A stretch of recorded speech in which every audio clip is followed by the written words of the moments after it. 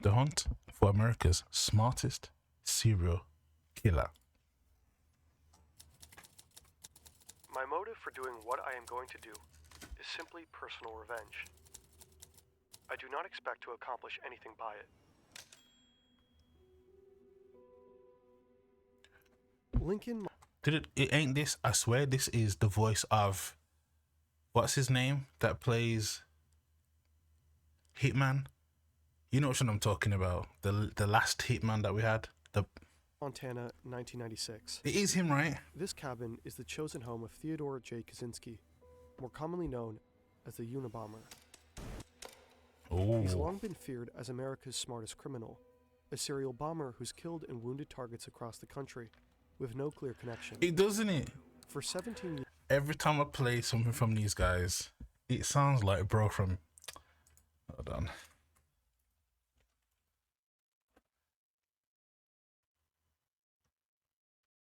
No.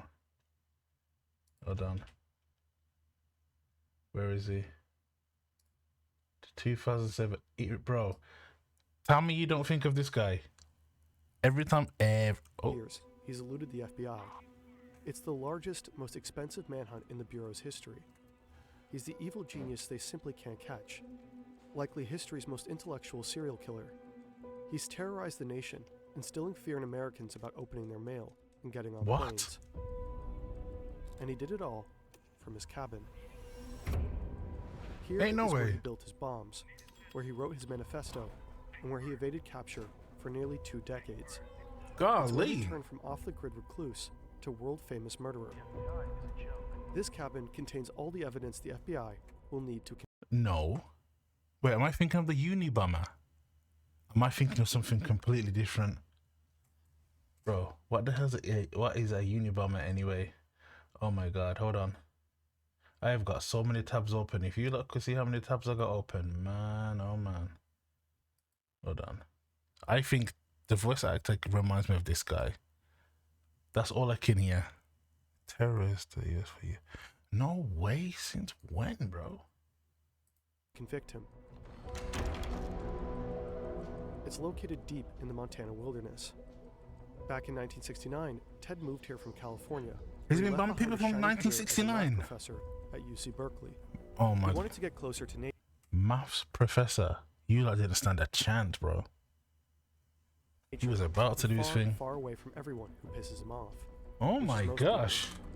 He built this cabin with his brother, back when Ted still talked to him. It's got no electricity, no plumbing, just a wood stove, a bed, and a whole lot of books. It's got no now, plumbing. Ted is building another bomb. They're meticulously crafted, and he's continuously improving his technique. Every year, they become more lethal. In fact, he's got another one under his bed, wrapped and ready to go. But he won't get a chance to send it, because despite his intellect, he made some pretty dumb mistakes. Okay. Bro, could you imagine? He's been ready for years. Oh my gosh. You know what? I'm gonna tell you a whole thing I just realized. I did all those reactions, not on my reaction window.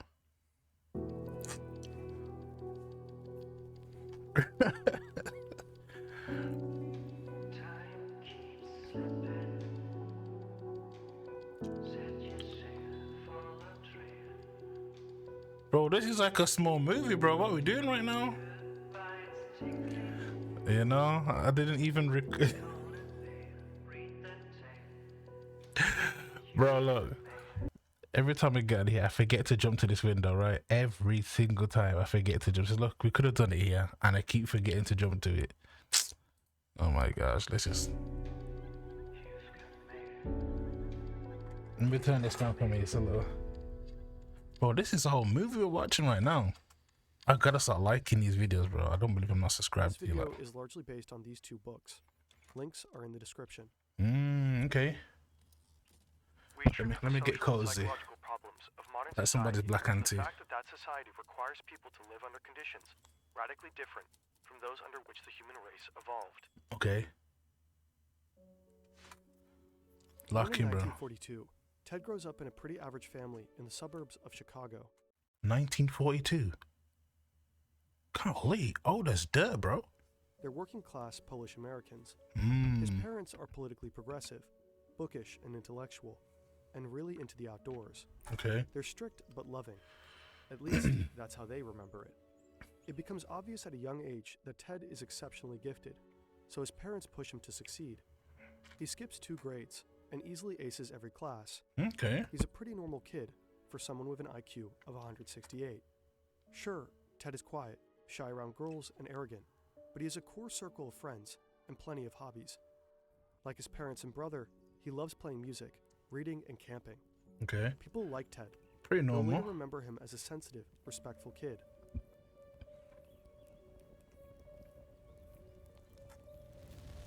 So when did the All that bombing starts start? to change when Ted enrolls at Harvard University at just 16 years old. Whoa, Like come many on. college freshmen, Ted struggles to adjust. Here, he no longer feels like the smartest person in every room. And as a working-class kid thrown into the world of America's elite, he's a fish out of water. Other students and even faculty mock his shabby clothes and blue-collar background. Oh my He's gosh. deeply bothered by their snobbery, pain that will follow him through life. This is why you don't bully. No, I hate bullies, bro. Personally, I hate bullies. I'd give a bully 2 of them if you asked for it nicely. But, oh my gosh. Stop bullying people, bro. Imagine if you didn't get bullied. You would never have blown everybody up. I hope he Ted's blew his also ups up. just really young, younger than almost everyone else on campus. Oh my As gosh. an adult, Ted will write his mother furious letters about this. He demands apologies for pushing him out of the house before he was ready. Ted becomes depressed, and his grades suffer. His classmates describe him as a total loner, moody, rude, and virtually mute. He's that guy on the dorm floor who only leaves his room to go to class, who ignores everyone else, who slams doors. There's a stench of rotting food wafting from his room. Oh, come Ted on. doesn't know it yet, but his withdrawn and alienated demeanor has caught the eye of a psychology professor. Dr. Henry A. Murray is very famous, with an on-campus research center named after him. He's Okay. basically a god in the social sciences. Murray is looking out for particular types of students, those who will make excellent guinea pigs for an experiment.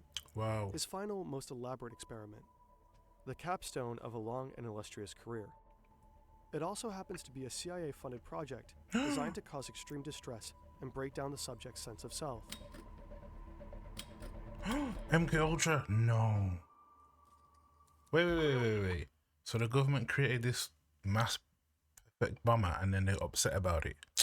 We are in a position to do Bomb a great them, deal bro. of damage, and it does appear that the FBI is not going to catch us anytime soon. The FBI is a joke. Oh, we look It's at the them classics, bro. 1970s in San Francisco. The city is a hotbed of anti-government activity. Mhm, There's mhm. outrage over the Vietnam War. Mhm. Protest bombings are a regular occurrence. Explosions happen every week up through the mid-80s. Mm. The FBI dubs it the Belfast of North America. Mhm. Radical far-left groups like the Weather Underground and the Symbionese Liberation Army claim credit for many of the bombings. So most Hey, of the but cases chill are out, bro. pretty straightforward in terms of understanding motive and perpetrator. But amidst all of this, the FBI's San Francisco bomb squad makes a shocking discovery. 12 mysterious, similarly built bombs can be linked to one elusive killer or group. Ooh. They have next to nothing to go on. Just for whatever unknown reason, this string of explosives seems to target universities and airlines. Whoever is building these bombs is an expert crafter and careful to not leave any DNA behind. Not a hair, not a fiber. They're encased in beautiful handmade wooden boxes. There are no Okay. eyewitnesses to the bombings and no letters from organizations claiming credit. The victims appear to be scattershot of random people. The unknown perpetrator is referred to by the code UNIBOMBER. For Oh, University that's who I and Airline thought. Bomber. So See, the Unibomber, this is why I heard it as. I didn't know it was something else. I'm sure I've heard so little about him. Yeah, the Unibomber, that's what I've far, heard his him bombs as. have killed one person and injured 20 others across 5 different states. Unlucky Okay. recipients of the Unibomber's early packages include a campus security guard, a Damn. handful of graduate students and professors, a Okay. secretary, an airline executive, and passengers on a flight from Chicago to DC. Damn. Some are injured quite badly. Oh, God. The first death Yeah, is for in it. 1985. Hugh Scruton, a guy who owned a computer store in Sacramento and was about to get married. What Damn. does he have to do with anything at all? Far Did he- away in his cabin, Ted I bet he blew up all the people that bullied him in Harvard. Reads about his death and chuckles to himself. He hears that the FBI offers a $25,000 reward for any information. He's flattered. The Unabomber is making waves. See, Unibomber, that's what I know The must. actions of one man in a 10 by 12 foot shack with no electricity, running water, or phone service. Damn. Pretty hard to imagine now. These days, connection isn't optional. It's how we get around. Check in, look stuff up, call for help, all of it. That's where Saley comes in. W plug, bro. You're not gonna get me. Get off your advert, bro. Bombs, like wigs and sunglasses, full of notes. Scraps share he needs. Is not compatible. Snowshoes, maps, a homemade chair, a cot, a typewriter, and hundreds of books. Scraps from junkyards and jars of chemicals for making his bombs. Binders and binders full of notes. All kinds of disguises for delivering the bombs, like wigs and sunglasses, Bro. and shoes with fake soles. It's crammed to the gills, but meticulously Shoes with fake soles. He is ahead of the game, bro. organized. 1980 something as well. At this point, the FBI has zero promising leads, and by the end of it all, they'll never actually find the perpetrator themselves. The bomber is always several steps ahead of them. They'll pursue thousands of dead ends, spend hundreds of thousands of taxpayer dollars, and pour countless man-hours into this case. They have no idea why he's targeting the people that he is. But Okay. the bombs are so precise, so well crafted, there's gotta be a motive, right? In 1987, there's finally a break in the case. Really? The Unabomber plants a package outside a Salt Lake City computer store, and a lady spots him. He's wearing a gray hoodie, sunglasses, and sporting a mustache. The police create a sketch and post it all around the country. The bombings immediately stop, and for 5 years, nobody hears anything from the Unabomber. 5 years, you know? All kinds of people call him with tips, but the leads go nowhere. The case Wow. pretty much goes cold. But the FBI know that it's only a matter of time before he'll strike again. Imagine that one woman stopped They're him sure from he's like using carrying the time out. to perfect his bombs. And they're right. In his cabin, Ted is finessing his technique. The upcoming bombs will be a whole lot more lethal. But, as the world will soon find out, he is also busy writing. He doesn't just want his explosives to do the talking. He's crafting a manifesto, one that claims to explain what the mysterious string of bombings is all about. Bro, manifestos are just weird, bro. The technophiles are taking us all on an utterly reckless ride into the unknown. Back at Harvard in 1958, the United States is experiencing huge shifts in culture. Okay. The button-up 50s are drawing to a close, and the nation becomes swept up in the space race, the civil rights movement, the sexual revolution, the environmental movement, the explosion of drug culture, and all the while, the Cold War is escalating. Wow. The American military is paranoid that communists have developed mind control drugs and brainwashing techniques, and they're eager to catch up. So they're covertly experimenting with ways to manipulate behavior. Eager to catch up? What do they mean, bro? Why do you want to catch up to that? Yo, nigga's weird, bro. U.S. intelligence officials are especially interested in developing a perfect truth drug for interrogating enemies, and they believe LSD might be it. But they're also testing a wide range of ways that psychological manipulation could bend the will of anyone to do whatever the U.S. military wants. They ain't finding no antidotes for nothing. This is all about control and, you know, America be America. They've even enlisted help from the Nazi scientists who experimented on Dachau inmates with hallucinogens and interrogation methods. The Bro, what are military you illegally doing? smuggles these war criminals over to get their advice on brainwashing, as part of Operation Paperclip. Over Oh the my course of God. at least 11 years, thousands of Americans are subjected to unethical psychological experiments that include sensory deprivation, hallucinogenic drugs dosed without consent, Whoa. subliminal messaging, hypnosis, electroshock therapy, and even ice pick lobotomies. And that's just the stuff we know about. Oh my gosh, When the bro. project becomes public knowledge in the 1970s, Oh, the CIA lobotomy, you director know. orders most of the records to be destroyed. The program is codenamed MKUltra. Many of the test subjects are vulnerable populations, like prisoners and hospital inmates. But also Wow. students. Students are Students? prime subjects for these experiments because of their frequent contact with professors who play a big part in MKUltra. Okay. Some of the professors know the role they play. Many don't. During the post-war period, the CIA becomes the largest employer of college professors, and the military is by far the biggest source of funding for psychological research. Why we're not surprised? Professors acted as consultants and researchers for military-backed projects. They used their status to encourage their students to participate in experiments, often involving drugs like LSD.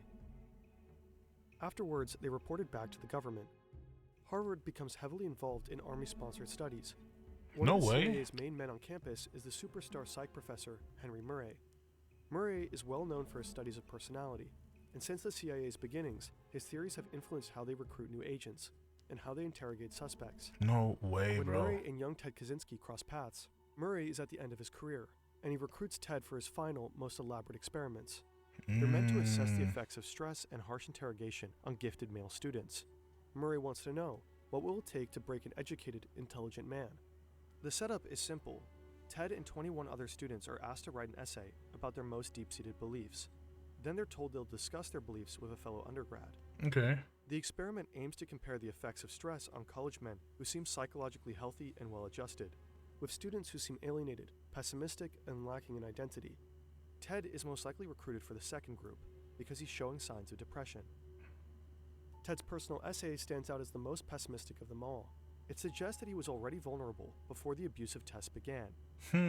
He is also the youngest and the poorest in the group. The students are told this exercise is just to study different personalities.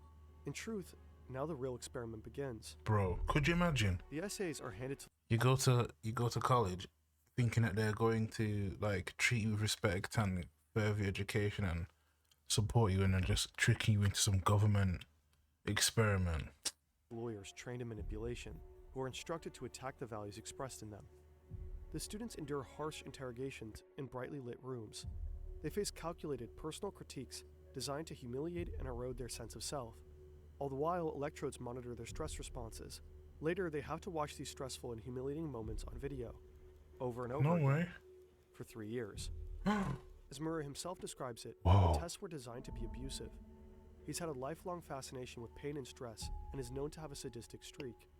Plenty of participants will later report the experience to be deeply unpleasant, with lasting trauma. But Ted's responses are the most extreme in every category. Murray's team identifies him as the most traumatized of all. Which is expected. Yes, Ted Kaczynski got MK Ultra'd. You can Damn. read all about it at CIA.gov. In consequence, That website has had me on a deep dive with, bro, the shameful amount of things that the time that I've spent on that website. I had to get off. Once I start reading in that, I'm hooked for hours. There's so much stuff. You know, it's more like, hey, chill out, bro. I'm trying to speak. It's the redacted stuff that is the most impressive, because you have to use your mind to guess, what did you cut out? Why have you redacted so much? The real information is what's redacted, not what you can see. That's the real information. many claim the CIA created the Unibomber, but that's an oversimplification.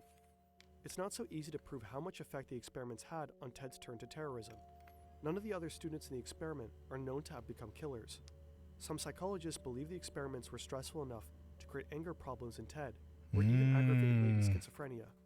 But other psychologists evaluate him as undeniably sane. Ted himself dismissed the idea that the tests were anything resembling psychological torture. Okay. He was very invested in being seen as psychologically healthy until the bitter end. He's taking great pains to not be painted as damaged or crazy. He wanted his murders to be understood in the context of his beliefs, not his personal history.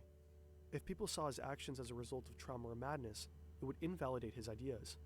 Ideas that formed his last year at Harvard. Okay.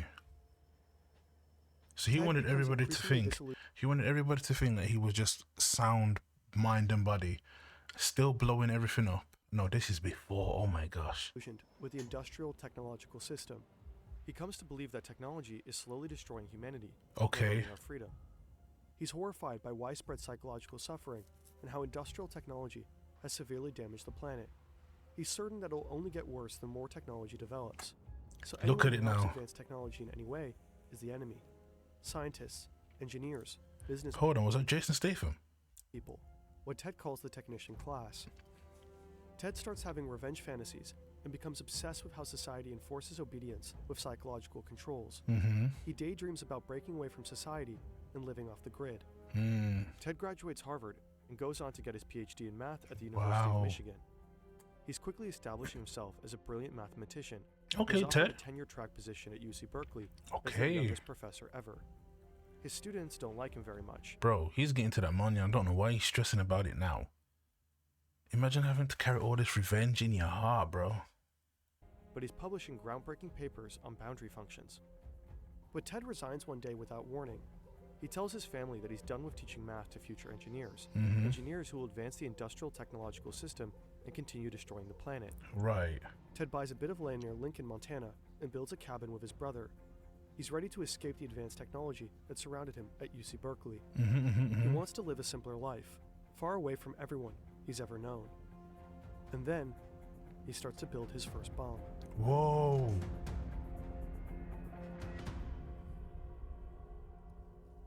Through our bombings, we hope to promote social instability, an industrial society, propagate anti-industrial ideas, and give encouragement to those who hate the industrial system.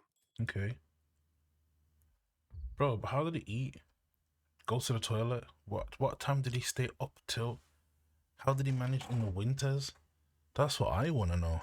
In 1993, the Unabomber strikes twice after a 6-year hiatus. Damn. Two prominent researchers, a computer scientist and a geneticist, receive packages the size of a VHS tape. The bombs detonate upon opening, and both professors are badly injured. Injured, but not Shortly dead. after, the New York Times receives a typewritten letter. It claims credit for the bombs and says the public should expect more to come. In Damn. 1994 and 1995, the Unabomber succeeds in killing 2 people Ah, with okay. nail bombs, Okay, there we an go. advertising executive and a forestry lobbyist. As feared, his explosives have become notably more sophisticated. Okay. Bombings are usually accompanied with demands for money or some kind of action.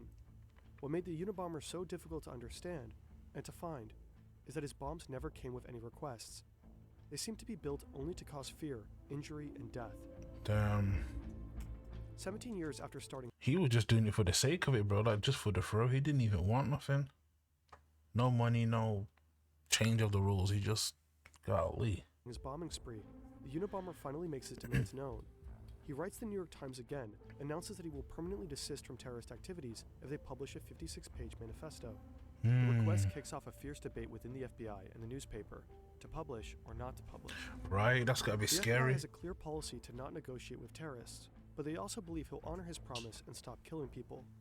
After all, this is what the bombs were seemingly for, to force people to pay attention to his views. Plus, they still lack leads. If the Right. public reads the manifesto, someone might be able to identify the Unabomber. So the manifesto is published. No The way. FBI decides it should just be the Washington Post, though, because it has fewer readers, and the newspaper's stands will be easier to surveil. So they Okay. think. Interest in the Unabomber is huge. Newspaper sales hit a record high that day, with lines Damn. snaking around the block. Across the country, Americans are eager to finally read what the Unabomber has to say. Okay. The manifesto opens with an iconic line. The Industrial Revolution and its consequences have been a disaster for the human race. And though the manifesto is an argument that calls for dismantling industrial society, it's also, unwittingly, a self-portrait. Within its pages, the Unabomber has accidentally unmasked himself. You idiot. Probably David says, and Ted, though 7 years apart and very different, grew up close and loved each other very much. As adults, they had impassioned philosophical debates by mail and shared a lot of the same views. David also worried about technology's destructive effect on humanity. okay. He also spent some time living off the grid in a self-made cabin. But David wasn't a killer. When the manifesto is published, he hasn't spoken to his brother in a long time. Ted cut him out when David got married and refused to answer any of his letters. David's But wife, why? Linda, a philosophy professor, has a funny feeling about Ted, whom she never met. As the bombings stack up and some of the timings coincide with Ted's travels, Linda tells David, "You've got a screwy brother. Maybe he's the Unabomber." Damn. David doesn't want to hear it. Linda doesn't know Ted the way David does. He'd never kill anybody. As a kid, Ted used to cry at the thought of animals getting hurt. But when the manifesto is finally published, David avoids reading it. He He doesn't knew? want to admit the similarities. That, like the Unabomber, Ted is an excellent carpenter, and Damn. that he had a lifelong fascination with explosives, and that some of the dates match up perfectly with Ted's travels. His brother could have ended everything. But you're gonna cut your brother out, bro. That's... David only reads it when Linda insists. Damn. His jaw literally drops from the first few lines. The killer, like Ted, also hates technology. As it continues, David recognizes idiosyncratic word choices and logical arguments that Ted uses all the time. There is no escaping the truth. Damn. Ted is the Unibomber. So after some moral qualms about betraying his brother, David alerts the FBI.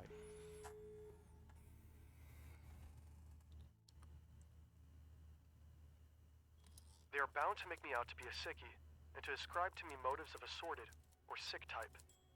Many tame conformist types seem to have a powerful need to depict the enemy of society as sordid, repulsive, or sick. Okay. 1996. Lincoln, Montana. This is April crazy, bro. 1996. With the tip from David, the feds are staking out Ted's cabin.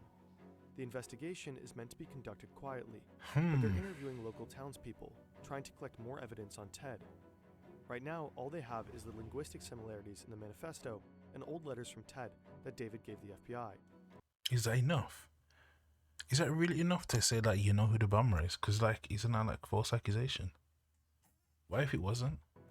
Not exactly cold, hard proof. Right. For a search warrant, but not an arrest. Ah, search warrant, Rumors starting okay. to spread around town that Ted Kaczynski, their very own angry hermit, is the Unibomber. The plan is to draw Ted out of his cabin and get inside before he can escape or destroy any evidence.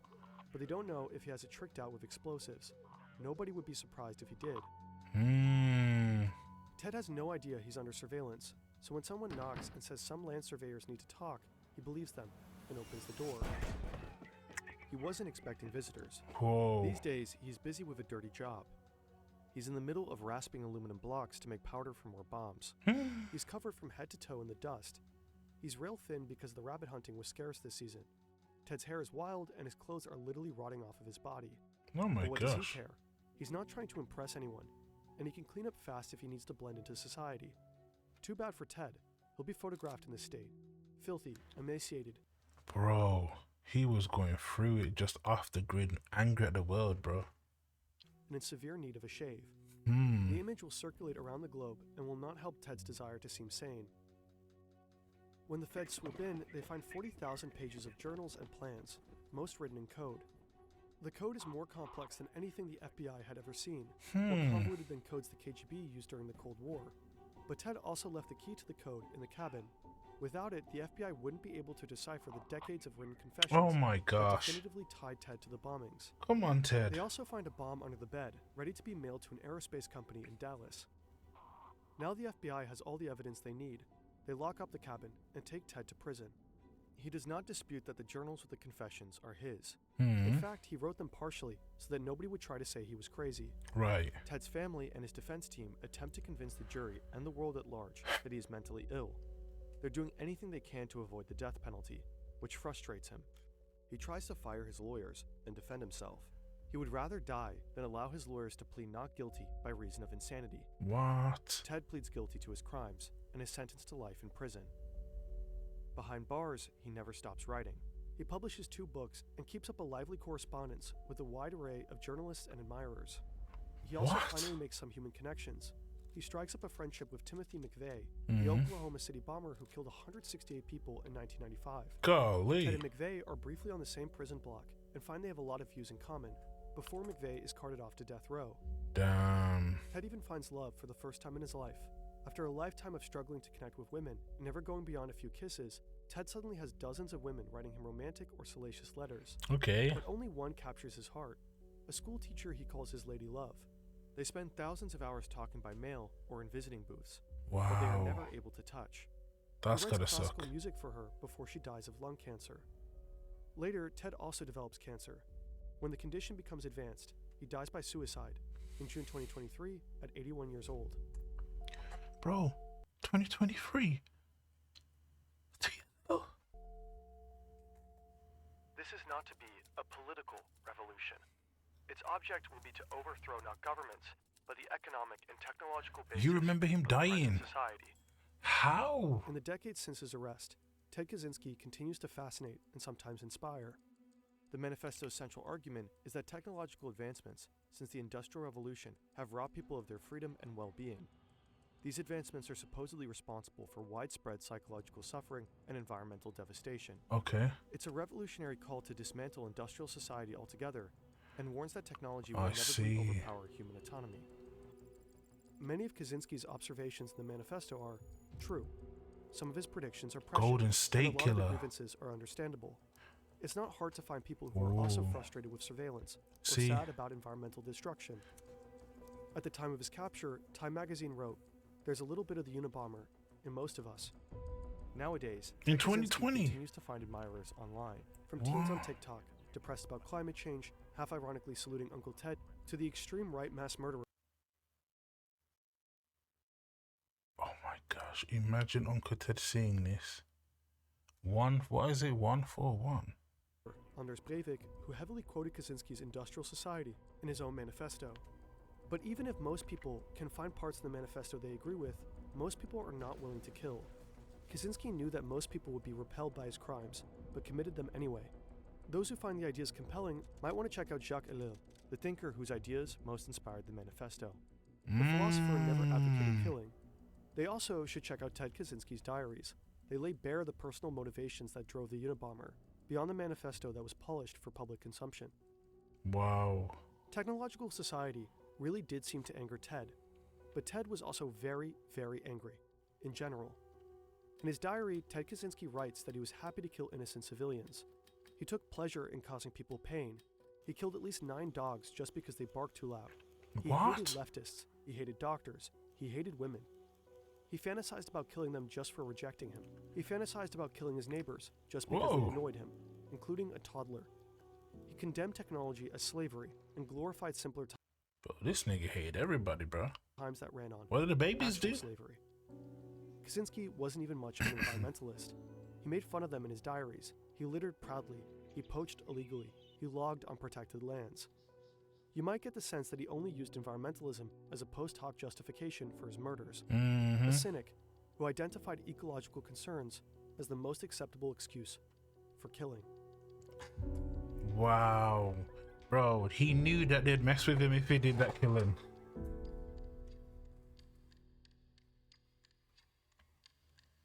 Oh my gosh, that was so sick.